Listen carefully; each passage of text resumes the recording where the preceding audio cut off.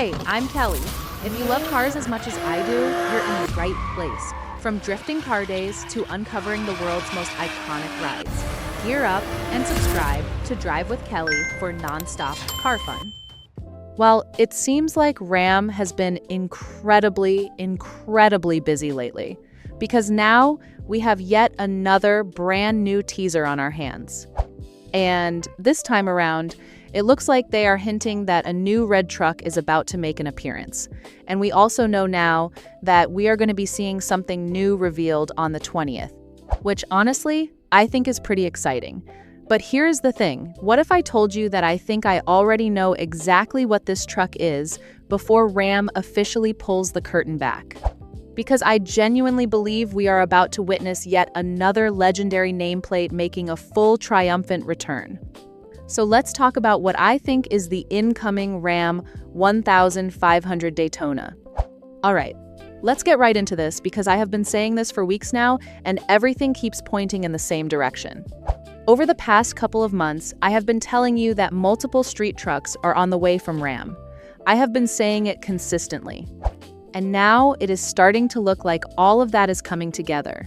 Because here we are with multiple teasers dropping for multiple street trucks. If you think back, we have already seen the Rampage. We have already seen the Dude concept truck. We just got the teasers for the Ram Rumblebee. So now, looking at this new red truck in the latest teaser, I genuinely believe this is going to be the return of yet another legendary Ram nameplate. And honestly, I think this might be the one that gets the most people excited because I believe this is going to be Ram's budget street truck entry. And if you look at those test mules carefully, they looked just like a standard TRX on the outside, except there was no off-road suspension setup. The truck was noticeably lowered and sitting on street tires. And what kept bothering me about those particular mules was a very specific detail red brake calipers. Now think about that for a second. Why would Ram be out there testing a truck with red calipers if this was simply a Ram Rumblebee doing standard road validation? If they had swapped the bumper out and fitted yellow calipers, that would make sense for a Rumblebee test. But red calipers on a blacked out mule with no new front end changes? And then Ram dropped this teaser, and suddenly everything started clicking into place. So Ram releases this new teaser showing a red truck, and the moment I saw it, I immediately connected it back to those mules I had been seeing. Red truck, red calipers. No significant changes from the standard TRX body, just lowered, sitting on street rubber, with those red calipers standing out. It all lines up, but here is the detail that really locked it in for me. Depending on how you watch Ram's teaser video, you might miss it entirely. If you watch it in the standard 16:9 format on their main page, you just see a small red corner of a truck and think nothing special of it. But if you pull it up on social media where the video plays in a taller 9:6 aspect ratio, you can suddenly see significantly more of the truck in frame. And when you look at it that way, you can clearly make out a matte black stripe running up behind the rear wheel. And the second I saw that stripe, I knew exactly what I was looking at. That is the same stripe treatment that Ram used on the original Ram 1500 Daytona back in the day. That is not a coincidence. That is a signature. Now here is why the Daytona makes complete sense as a budget street truck alongside the Rumblebee and why Ram would do this. Not everyone is going to walk into a dealership ready to drop $80,000 to $100,000 on a Ram 1500 Rumblebee street truck. That is just reality. So why would Ram leave that space completely empty when they clearly have the platform and the body already developed? The Daytona fills that gap perfectly.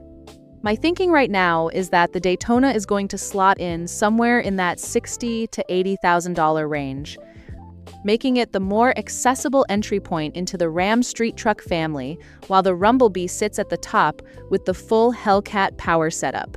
Smart product planning, honestly. And it lines up with what my sources were telling me about those test mules. I had people confirming to me that those particular black trucks with the red calipers were 100% running 5.7 HEMI engines underneath. Not Hellcats, not the twin-turbo Hurricane. the 5.7 HEMI. Now think about why that matters. There would be absolutely no reason for Ram to take a truck out for testing, pull it into a private location, do a full engine swap and a caliper swap just to throw people off the trail. These are proper engineering test mules. They test in the configuration the truck is actually going to be built in. So if those mules had red calipers and 5.7 HEMIs, that is what the production truck is running. And that points directly at the Daytona being a separate truck from the Rumblebee, entirely not just a trim variation, but a genuinely distinct model sitting at a different price point. And here is where it all makes even more sense when you look back at the conflicting information that was circulating for months. For a long time, there were all kinds of different reports going around about these Ram street trucks. Some sources were saying Hellcat power, others were saying 5.7 HEMI. Some said 5.7 without e-torque. The stories kept changing and conflicting, and it was honestly confusing. But now I think I understand exactly why there was so much conflicting information. It is because people were looking at two completely different trucks and mixing the details together. The Rumblebee is the Hellcat version. The Daytona is the 5.7 HEMI version. Two separate trucks, two separate price points, two different customers. The reports were conflicting because they were never describing the same vehicle.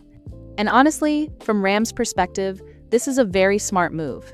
The TRX body and that widebody platform represent a massive engineering investment. The TRX ran from 2021 through 2024 before being retired. Now Ram is clearly looking to maximize the return on that investment by creating a whole family of street trucks built around that same architecture. The TRX suspension and off-road hardware gets pulled off, the truck gets lowered onto street tires, and suddenly you have the foundation for an entirely different kind of product. The infrastructure is already there. You just build different trucks on top of it at different price points. Now, let's talk pricing, because this is where I think Ram is going to genuinely hit something special with the Daytona. My estimate for the Ram 1500 Daytona is somewhere right around $60,000 as a starting point. A 5.7 HEMI under the hood, that TRX widebody stance, high-impact colors, the signature Daytona stripe in matte black. At that price point, this truck becomes a direct head-to-head competitor with something like the Ford F-150 Lobo. And that is a fight Ram should absolutely want to have. Speaking of colors, this is something I genuinely hope Ram leans into hard with the Daytona. High-impact color options are exactly what a truck like this needs. Imagine a sublime green Daytona, a tour red one, a hydro blue, an orbit orange. Different striking colors available across the lineup, each one making a completely different statement.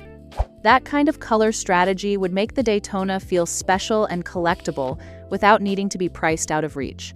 That is exactly the kind of thing that creates real excitement on a dealer lot.